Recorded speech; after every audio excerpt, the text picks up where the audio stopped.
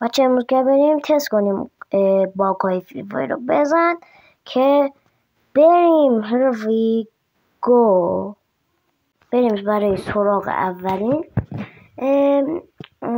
اولین باگ که بزن بریم. الان با روشم به شما یاد میدم که حال کنید. اول میریم به قسمت جایی که کشتی میزنن. اول میریم اینجا، ببینید این روششه. اینطوری میذاریم، آروم میذاریم که دیگه نمیدونم دیگه از جا بخواین میتونید بذارین و بریم بالا. دیگه میذارین که ما اینجا یکی موضوع هم بود لیدیم، من افتادم با این دیگه نشد دیگه. بعدش دیگه ما اینجا کاتی میزنیم میریم بالا. ببینید بقیه‌شو. خب ما رسیدیم. ببینید بچه ها همین بود باگ که ما الان بالای اونا هم پشت کشتی میرن. میریم باگ بعدی. بزن بریم. here we go. این باگ اینطوریه که اگر بریم زیر زمین با این توپه. الان گر ببینید بچه متاسفانه فکر کنم گارینا توی آپدیت جدید فری فایر حذفش کردم، مگرم میشد رفتش. بذار یه بار دوباره دیگه امتحان کنیم. بذارید بندازون. انگار حذف کرد. بله حذف شده فری فایر. من دوستم که امیرم بغلمونه رفت پایین ولی زود برگشت بالا، یعنی اینکه باگ حذف شده. منم دیدیم گنده شدم. میریم باگ بعدی، سراغ باگ بعدی که خیلی خفن داره. بزن. الان اینجا میبینید بچه، اونجا رو میبینید. شما دلتون میخواد به اونجاهای مپ ببینید، خب نمیتونید به این کار فقط باید بکنید. تمام.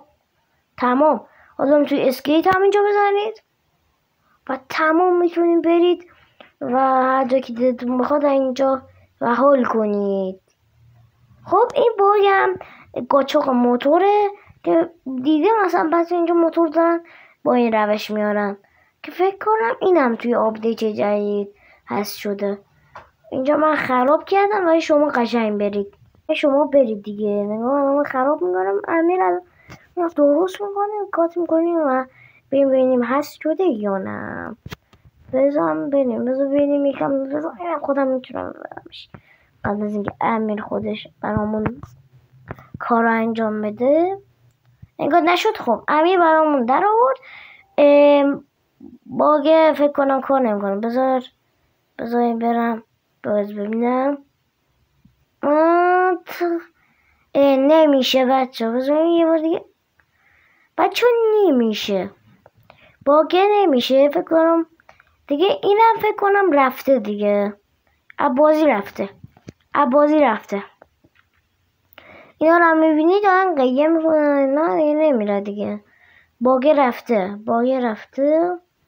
متاسفانه بریم باگ بعدی. انگار این باگ رفته.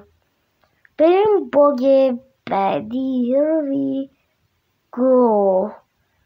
اینجا هم که میبینید داریم میریم. این یه باگ همون جایی که گفتم برید جلو یه فانوس میبینید اونجا باید برید شما بالا. و وقتی رفتیم بالا خیلی منظره خوشگلی میبینید. اونجا پر مپ و از شاپ میتونید. از شاپ اینجا میتونید بلاکا رو جمع کنید. امیرم پشتمونه. بذار ببینم. بیاین بر امیر. الان میبینه که من یکم نوبم اینجا. اینجا باگ میخوری. بذار مواظب باشین جای دیگه اسپانتون نکنه. من خودم یادم باش خوردم. یا میذاریم بچه ها و میایم اینجا میگه که نمیشه پرید. خب اشکال نداره. اسکیت بردارید. خیلی راحته. اسکیت بردارید و بپرید. تمام بچه همین بود. اینا از اکای فری فایر. منظره شما